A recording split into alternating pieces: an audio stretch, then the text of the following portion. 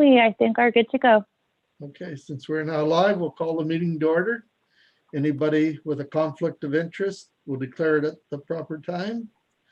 The first item is Hickory Creek line improvements. Oh, I lost it there for a second. I guess we're turning this over to Mike, are we, Andrew? That's correct. Yep. Mike from Streets, if you could You want go ahead. to present it, Mike? Sure. Yep. Yes, we were asked to investigate the portion of Hickory Creek line between Forest Road and Ellerton. There is some deterioration of the surface at certain times, especially under wet conditions.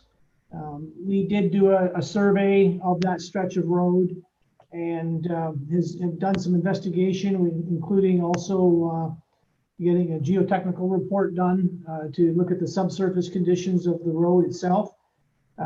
We did find that there is a substandard amount of subbase and gravel base to the road. It's hard to tell, but judging by how some of the issues are arising and what's happening, we think that there is probably poor drainage of the underside of the base layer. And instead of having crossfall from the center of the road out to the edge, it might be a flatter disposition of the subbase. So, you know, some of the other things that we found in the survey is some parts of it might be a little bit narrower than what the standards would be, not by a lot, but by a little bit. The one thing that was from history was the road study that was provided through a previous road study for the whole township was that it's approximately 45% heavy traffic, which is significantly more than what would be considered normal. And that might be contributing to some of the issues that are there, is the amount of heavy loading on it, especially during wetter times. We did find evidence of older, deeper ditches. A lot of the culverts were buried. But since the time of the, I'll call it older ditching that was there was a water main installed along the north side of the road allowance, which would make trying to recreate some deeper ditches a little bit more challenging because you'd be removing cover over the water main. So the geotechnical report indicated that to try and stabilize the road base, the normal way of doing it would be to remove the entire base and reconstruct the road completely from the base up.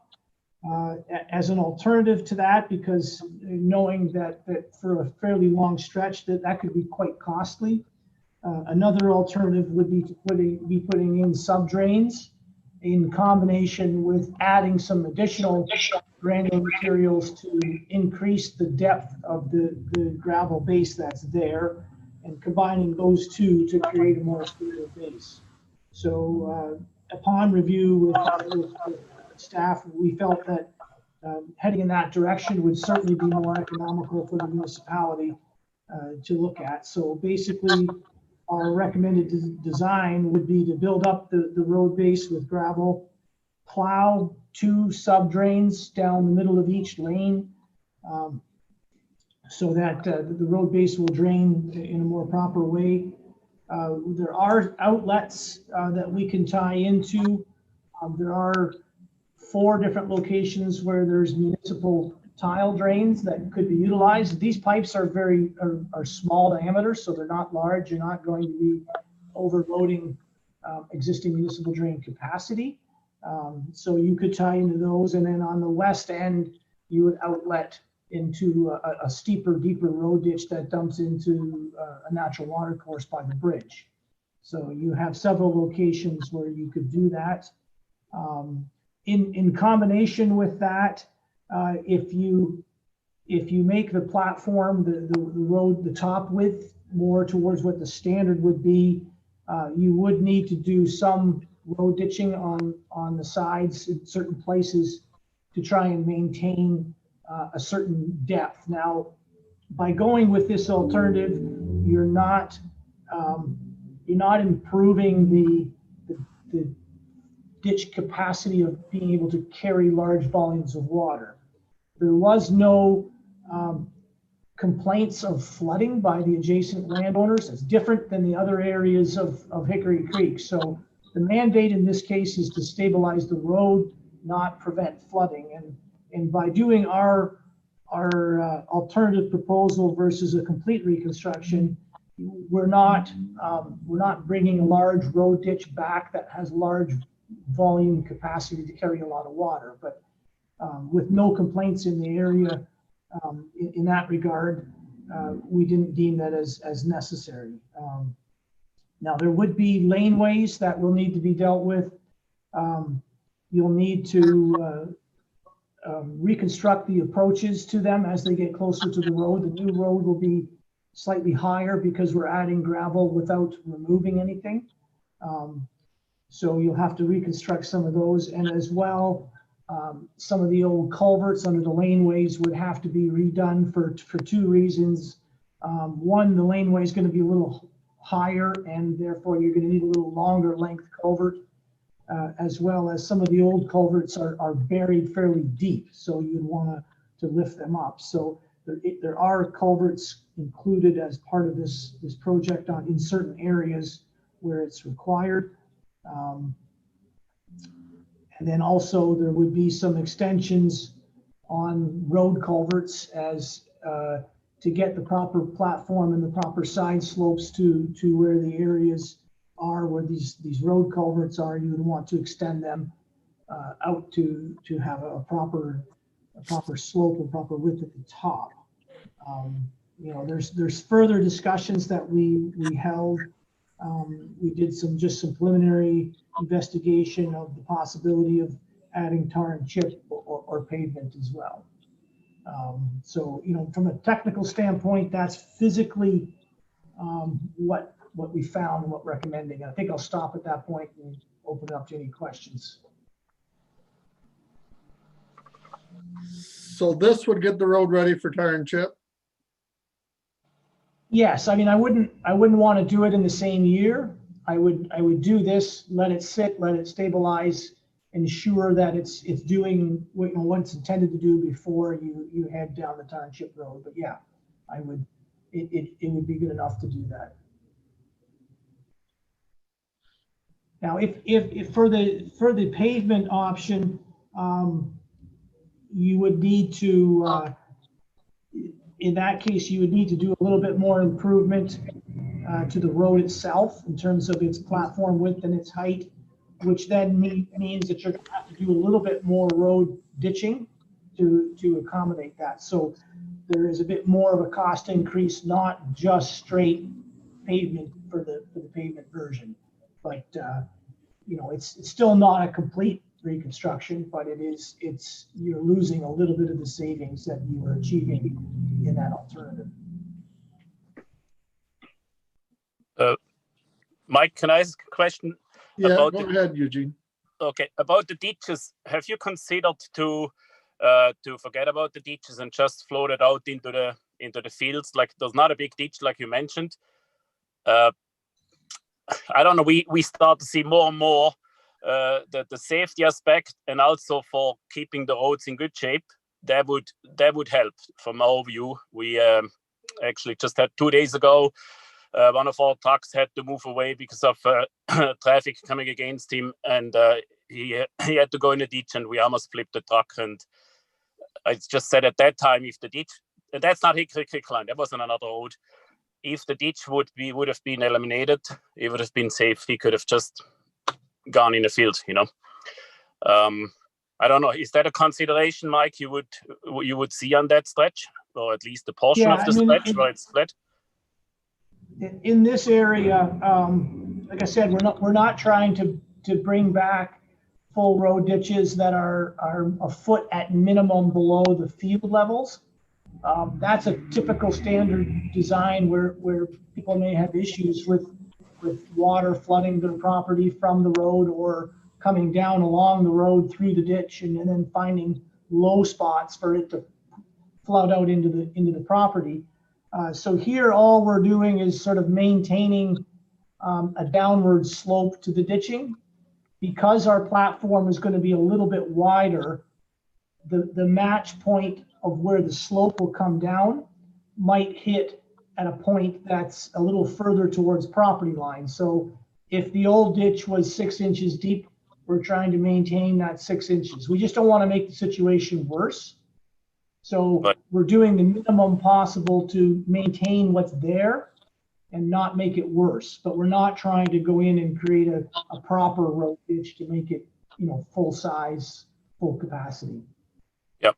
No, I understand you. I just thought because you are already there, if you would make it nice level, it's also nice to maintain the cutting of the grass and keep the properties neat. That's another point. But if you leave it as it is, that's fine too. It would look nicer if you could just, especially in areas where there's hardly anything anymore.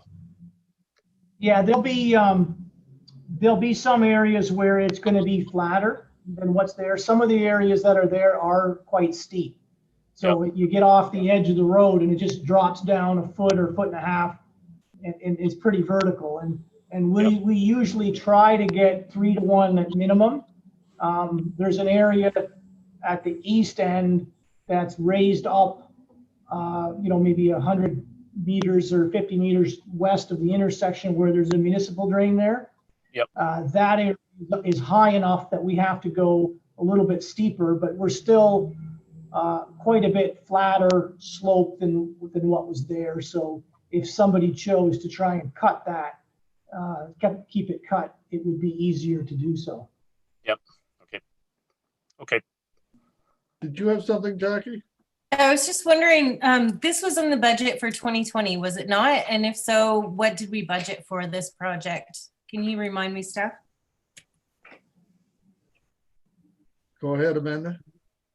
I'll look to Trevor to correct me, but I believe $400,000 was budgeted for this.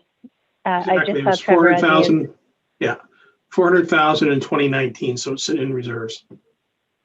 Okay, so we would have to add the extra 82,000 to the 2021 budget. Is that correct? Yes. Okay, thank you. Wayne? I got a question for Mike. You mentioned tar and chip and pavement. With the amount of heavy weight traffic that you mentioned on the road, do you think tar and chip would hold up?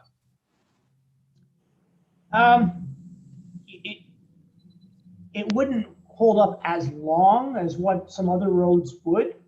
I don't think it would break apart so fast that you would question whether it's worth it.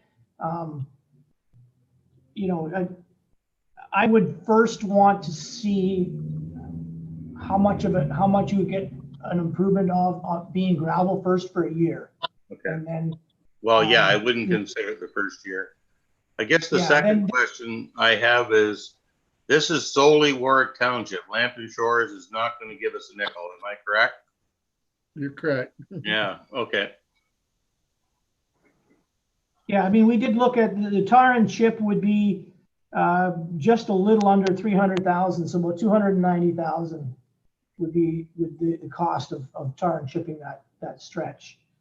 Pavement, including the extra ditching and some laneway entrance culvert adjustments and some tapering of the laneways themselves, you're about another 670,000 on top of this to get it paid fully. Thank you. Amanda? Thank you, Councillor Westgate. I just have a question, Mike, about traffic volumes on this portion of road. Would you be, maybe I missed it, would you be able to, do you have data on that? And whether or not, based on regular counts and traffic volumes, tar and chip or asphalt would be recommended based on the current use? Yeah, unfortunately, I don't have that with me today. I could follow up and get back to you with that. It would have been, the traffic volumes would have been done as part of the road study. Okay, thank you. Just wondering. Jackie? Yeah, I just had a question actually for Eugene. I haven't been down that stretch of road in a while, but I know that our road Brickyard line has been in much better condition this year. Are you noticing the condition has improved over past years? Absolutely. No, I think you have done a much better job grading and brought some gravel in. For sure. I'm definitely way more pleased than the time when I came before council there. I also still want to repeat myself what I mentioned at council, and you might still remember. We are definitely willing to help with a pavement, not the split, and we really think an asphalt should be done. And we're still holding our word. We are willing to help out if that's gonna make the decision easier for you to do that. Wayne? Just a question, I guess maybe for Mike and Eugene. Now, in your proposal here, Mike, it says about closing the road. Now, are you referring to half the road or the whole road? Typically, they would close the entire road through traffic. It would be open local traffic from one end. So if they're working in a specific area that day, people can get in and out to their residences. But if they have to get by the location where they're physically working, it would be closed. Eugene, can you work with that? I guess so. It all depends time of the year, but we would. I would assume that Michael or whoever does construction thinks a little bit about that. That's not right at harvest time when we have to bring all grain home. But we can work lots of things out of the other site there at the feedlot in Lambton Shores. So no, okay. I think we should be able to work with you guys. Yep. Mike, it's just your numbers here. You've gotten the description of work, place and compact granular A, $242,000, but the price of the whole job is only $480, really. Is that right?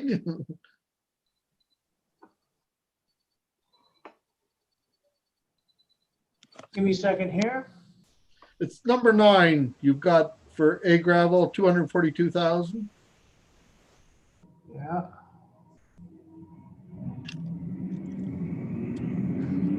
With all that other stuff added, it yes. should come up to more than 480,000, shouldn't it? Well, no, the drain itself is not that expensive. You know, you're looking at about 40, 45, 50 to get the piping in. Yeah, but say it's 59, you're saying, right? On the end. Well, 59 added to 242. But wait, I'm sorry, I'm wrong. Sorry to question you. Okay. I was just looking at it here. Anybody else have any questions? I guess one quick question for maybe Trevor. Just how much of the HST do we get back on a job like this? Like it's $55,000. Trevor, what kind of chunk of money do we get back out of this? 88.9%. How much? 88.9%. Well, that drops it down to quite a little bit of money. That would make it almost within our budget, would it not? Yes. For you guys? That's why we tend to present numbers excluding HST when we do budgeting exercises. Well, I'm just looking at these numbers here, and if you knock 40,000 off there, you're not too far off what we budgeted. Yeah, if you look, what we did is we usually just use a blank tender form and then we fill it out, and that's when the contractor, he'll have to put the full 13 in. But at the bottom where we have our summary of cost, we're using a net HST, which is only 8,400. So the 480,000 already accounts for the rebate. So if you look on the last page, the cost summary of cost. Oh, I see that.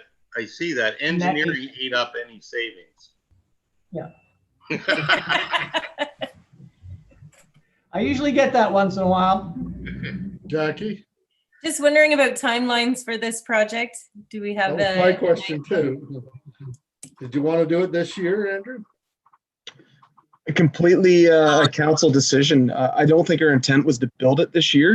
It was to bring back the information, present it to council, and you know, I mean, I think it's nice that it looks like it might fit in our budget, that we could probably tender sooner than later. But to get the best prices, I don't think tendering now would be best. I think maybe waiting till first thing in the new year, or at the very least, don't put a timeline on it. I don't know, Mike, if you have any thoughts with the construction prices right now?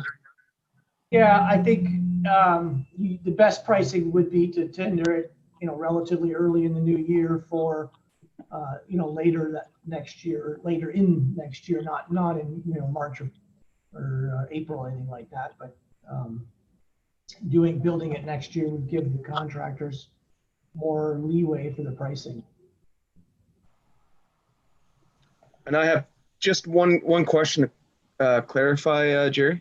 Yes. So just to be completely clear, Mike, with the recommendation, would you recommend going ahead with tar and chipping as part of the estimate, or would you think that maybe we should let it sit for the year and monitor the situation? I would let it sit. Don't include it as part of this tender package. You're going to be waiting a year anyway, so do it at a later date after you've monitored the improvement. It's not in the 480. It's a separate number than the 480 anyway. Wayne? The only thing I'm worried about when your conversation there is Eugene said about harvest and planting. If we could get in there the 1st of April or mid-April and get it done in a couple of weeks, it's not just Eugene. There's a whole bunch of people on the road that will be affected. Is that possible, or is that too much of a quick turnaround? April's not a good time as far as I'm concerned to work on a road. Yeah, just from you know, the road bases are still fairly soft and wet at that time. I would think by the time you get to mid-May, you would be in better shape to start rolling with the equipment. Okay. Yep, that would fit us better too. Mid-end May, then the planting is usually done, and then we're way more flexible with working with you guys. But I think it would work one way or the other. Yeah. Yeah, I was going to say May or June would probably work best when you're not before the wheat comes off and after the planting is done. Exactly. Yep.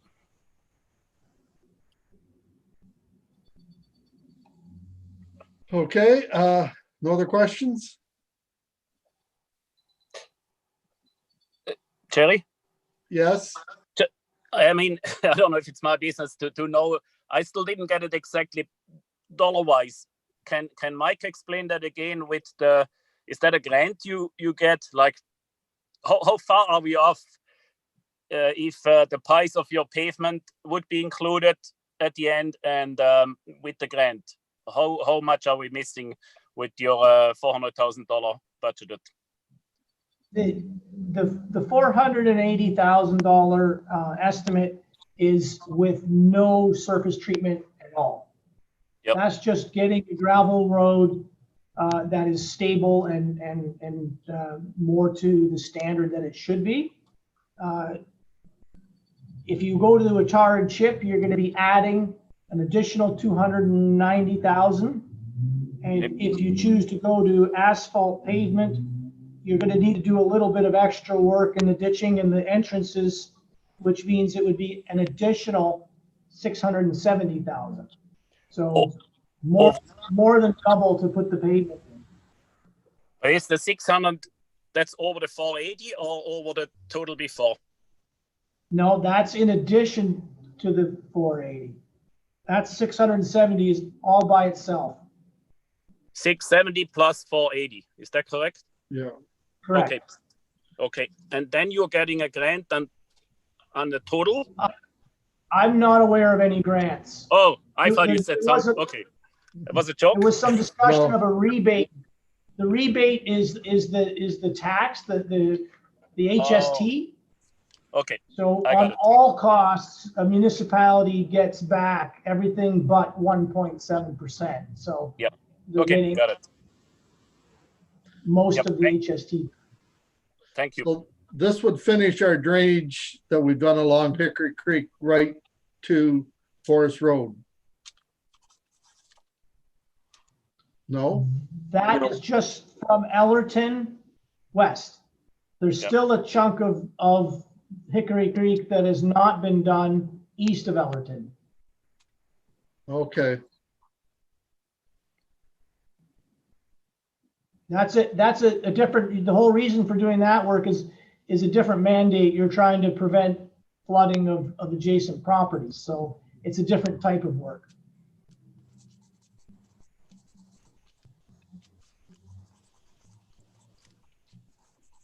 Okay. Any other questions? Jackie? Just, you don't need a resolution or anything to go along with I this. don't This see is one for in the package information. here. So, It's already been approved in the 2019 budget, so do you want? Amanda? Sorry. Great question. No, I don't think we need a resolution.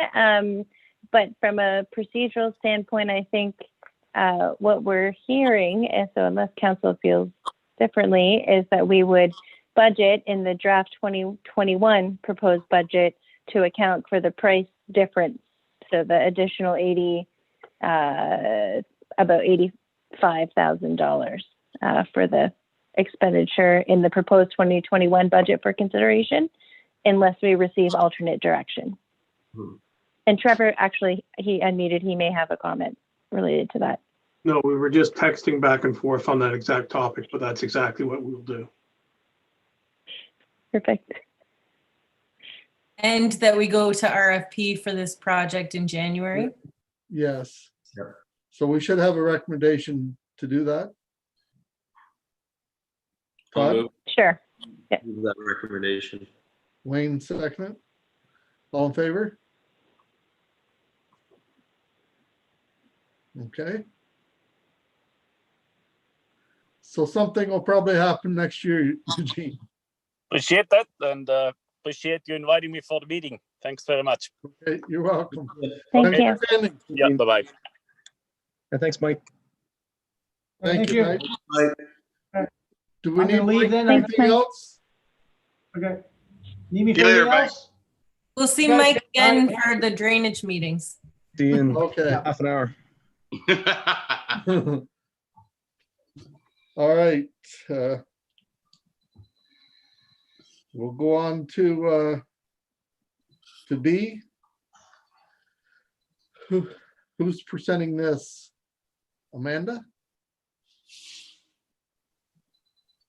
The ATV? Councillor Westgate, I think we skipped over item A, Andrew's public work Oh, update I'm report. sorry. That's all right. Sorry, Andrew. No problem. I'll just go over the highlights of the update report. And of course, this is for October. Some of the highlights as far as the sewer and water services going, AECom presented a preliminary proposal to the Laws Board, which outlined our water demand issues in East Lambton, and it looked promising. So aside from the presentation, I haven't heard any recent updates, but it did look like it was a promising solution and certainly economical. Staff has received a draft agreement for continuation with services with Aqua. So council should see that draft very shortly. So we're right on target with that. Pretty standard road operations this time of year. We've got all the roads looking really good. They've been out grading. They should finish up later this week. They're cold patching. Part of the OSIM bridge report study, there are numerous items that township staff took upon themselves to complete. So there was some sign installation, tree trimming, and we're going to get out some erosion control shortly on various bridges. All the trucks, the tandem trucks have been dressed and ready to go for the winter, which is disappointing, but we're ready for it. Aside from the graders, we wait until a little closer to the winter time. Drainage, as you guys are aware, we're lots going on. We have lots of meetings in about a half an hour with various construction drains, and there's been lots of maintenance happening throughout the township. So those are continuing on, whether it's ditch maintenance or tile maintenance. I won't go through them all. In the public works capital projects, we're wrapping up a lot of the projects, all the projects that we said we would this year. Bridge 35, that's the bridge that crosses Bear Creek on Zion Line, the very west end. It will commence next week and be closed. They anticipate about a month. I don't know if it'll take that long, but that's how long they got the road closure for. And then, of course, as we have this year, Public Works staff has continued to work under the COVID-19 safe operating procedures. They've been maintaining social distancing where they can, and we've got a good supply of protective equipment. The Phragmites control program has been completed for this year, and I anticipate with council direction, of course, we would continue next year and catch the spots we didn't, or reapply if needed. And we've successfully obtained a seasonal staff member. So for the winter season, we always add a position for the winter months, and we've successfully done that, as well as an emergency call-in position as well, and both former employees of the township. So we're happy to have them back. So yeah, that nails the highlights of the report. Any questions? Questions for Andrew? I just wanted to mention that I utilized our public works staff on Saturday to help with the electronic drop off, and they were fantastic. It was so quick. There were like 2 cars ahead of me, and it was just like boom, boom, boom. They had it down. So thank them on behalf of the community for that. They did a great job. I'll definitely pass that on. Thank you. Anything else? We need a motion to accept Andrew's report. Jackie, Wayne? And now we'll go on to B. Amanda? Are you giving the report? I sure am. So I think it's outlined mostly in the report, but as you know, this is a response to a direction from council to look into, or from actually committee, sorry, to look into permitting ATV and ORV use on municipal roadways. Upon further investigation, I have confirmed that the legislation is a little bit different, and that essentially if we do nothing, because we're included in this OREG 803, we will automatically permit ATVs and ORVs on municipal roadways as of January 1st, which is an odd legislative way, but anyway. So I did contact our local OPP. I've contacted a number of other municipalities, as well as our municipal insurer, and the data is included in your package for your review. I can also confirm that the OPP is speaking to Clerk's Group on Monday, November 2nd, to review this legislation and provide some feedback from their traffic experts. So we'll have, as a staff team, county-wide, we'll have an opportunity to ask questions about the OPP's kind of position. And so further to that, I also anticipate a guidance document coming from the Ministry of Transportation. I've also consulted with them, and they have advised that they're planning a guidance document to all municipalities who will who have to address this prior to the end of the year. I've asked twice for clarification on when I can expect to see that, but haven't been provided a timeline yet. And I did mention that, as they may or may not be aware, municipalities meet in council cycles. So we really only have 2 more opportunities this year scheduled to address this with a bylaw one way or the other. So I did try to provide some sense of urgency.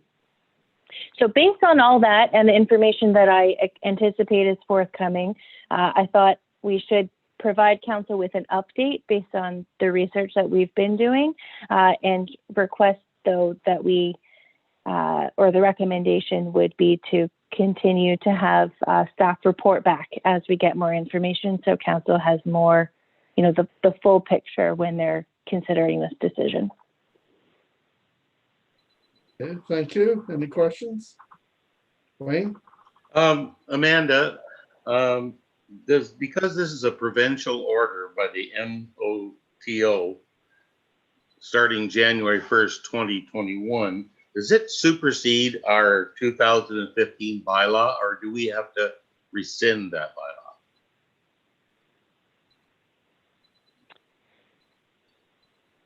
bylaw?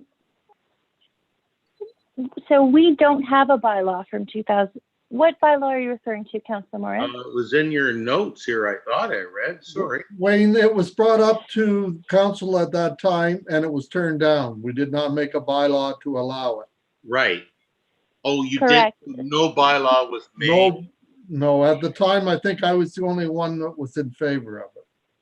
Okay. I'm sure I must have been. I'm sure I remember thinking there's no use going on any farther because nobody else was in favor of it. And maybe at the time I was the only one with a 4-wheeler. Maybe I was asleep at the table then, because I should have been in favor of it. So if we do nothing, it becomes legal to drive the ATVs and Jerry can drive from one side of Watford to the other. If we do nothing. That's my understanding, but I will state that that means that all classes of ATVs and ORVs would be permitted, and specifically the MTO asked for specific consideration for that. It means that we would have to enforce or arrange with the OPP for enforcement for general road rules, and my preliminary conversations with the OPP outlined some very serious concerns with ATV use on municipal roadways. As you can see, our municipal insurer would request that prior to them being permitted, there would be a field survey, including shoulder conditions and widths and, all that great stuff. So yes, it would automatically happen, but we wouldn't consider all of the risk mitigation if we just, I think, allow it to automatically happen without further consideration, because that would be my fear. Well, I read the OPP report, and it seemed one of their biggest concerns was not being able to catch the bad guys because they could go to the fields. But if they're a bad guy in the ATV, whether there was a rule or not, they're not stopping. They don't. But Sorry, I buy a license for my ATV. I have insurance for it. I use mine on the farm drive it all year round. We had dirt bikes on our property. We called the police. The police came and they said there's nothing they can do. They can't chase them because if they go and there was an accident, then the police would be liable for that accident. So there's nothing they can do to enforce it. Even if they go into a field, there's nothing. And that's the way it is right now. And as such, further to that, Mayor Rembouts, the OPP has advised that they'd prefer that we use municipal bylaw enforcement to enforce this bylaw. And that to me is, I mean. What, we're gonna have our bylaw officer chase these guys down and then we're liable? No, or anything. So I think the automatic allowance without risk mitigation is a bit risky, I guess. But that's why I think we need to kind of make sure we do our due due diligence. But we'll see what the MTO guidance note says and what the OPP say. And I'm hoping, I did ask the MTO if they could provide some sample bylaws, because they've now flipped the legislation. So to your point, Councillor Morris, in 2015, the way the legislation worked was that ATVs and ORVs continued to not be allowed on municipal roadways unless you pass a bylaw to allow them. Okay. And then now they've flipped kind of the way the legislation works, in that if you're listed in this regulation, which is related to speed limits, which doesn't make any sense to me, but it's related to speed limits. If we're in that regulation, then we automatically allow all ATVs and ORVs. So I've asked why the different approach, but I don't really know what the answer is yet. So you'll come back But to us. Yeah, I'll come back to you with something. And actually, it's good, I think, that council picked this up in the end and asked us to investigate this, because I had missed that reverse allowance. So if we hadn't been directed, we might have let January come and been in a situation where we were automatically allowing ATVs without any real consideration. So it's good, and we will absolutely bring more back unless council has alternate direction.